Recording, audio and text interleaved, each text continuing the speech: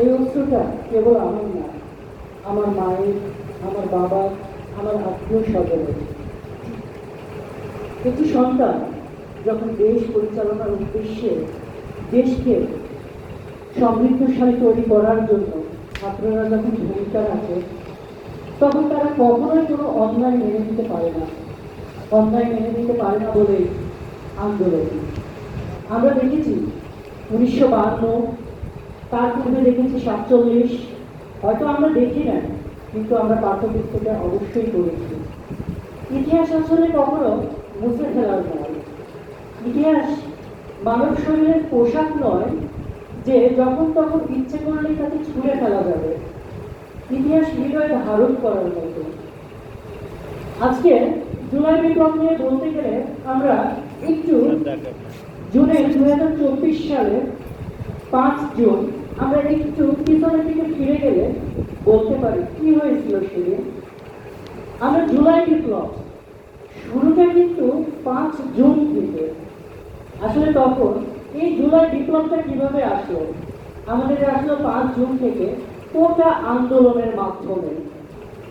আসলে এই কোটা একটা স্লোগান রূপে হলো কোটা না মেধা, কোটা না মেধা।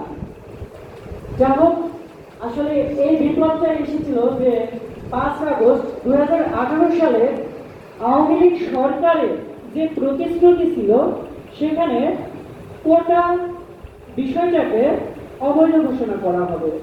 কিন্তু 2018 সালে তারা সেই তাদের কথাটাকে, সেই আইনটাকে অবৈধ ঘোষণা করে 2021 সালে সেটা 56% কোটাতে আনে। সে পর্যায়ে এই আন্দোলনটা 24-এ রূপ নেয়।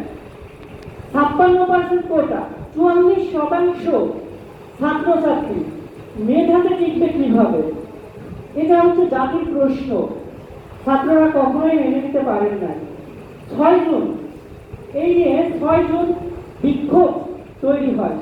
বিভিন্ন বিশ্ববিদ্যালয়ে তারা আন্দোলনের একটা পর্যায় তারা শ্রুতি তৈরি করে। এরপরে চলে আসে 1 জুলাই।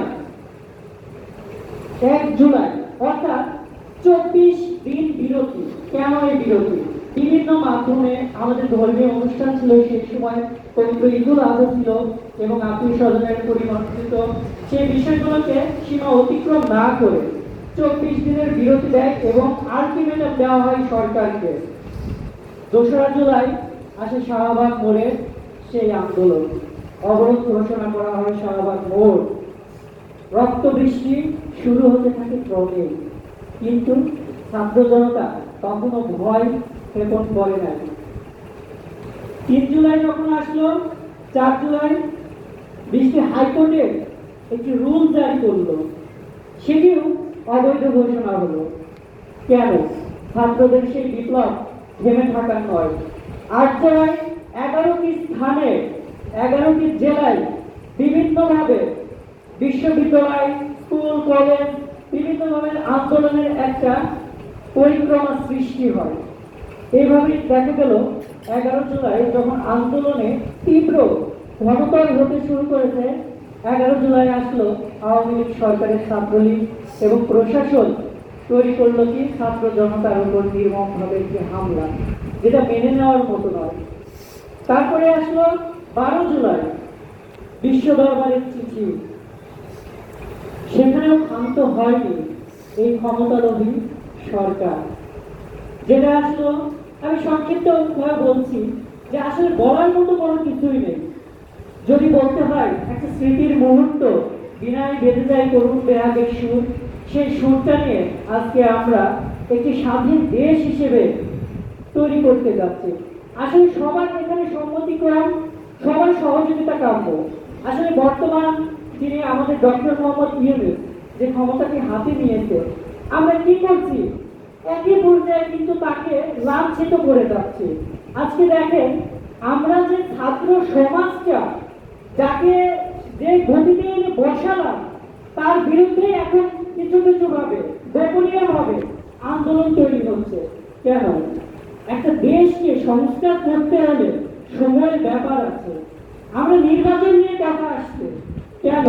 হয়তো এখানে রাজনৈতিক বক্তব্য আমি আনছি না, কিন্তু আমরা চাচ্ছি দেশ যেমন সংস্কারের দিকে, উন্নয়নের দিকে, বহির্বিশ্বের দিকে এগিয়ে যাওয়ার একটা মাত্র মুগ্ধ করে এগিয়ে যাওয়ার প্রেরণা তৈরি করছে, তখন আমরা গোপন ষড়যন্ত্রে একটু লিপ্ত হচ্ছি। যাই আমরা সবাই একনিষ্ঠ হয়ে চেষ্টা করব আমাদের মধ্যে ন্যায়, নীতি এবং অন্যায়ের বিরুদ্ধে প্রতিবাদ করার মতো সেই জাগ্রত ক্ষমতা, ছাত্র শক্তি কখনো বিফলে যায় না। সবাইকে ধন্যবাদ। আমরা কি বলতে পারি কোটা না মেধা? মেধা, মেধার জয় হোক। ধন্যবাদ সবাইকে, ভালো থাকবেন।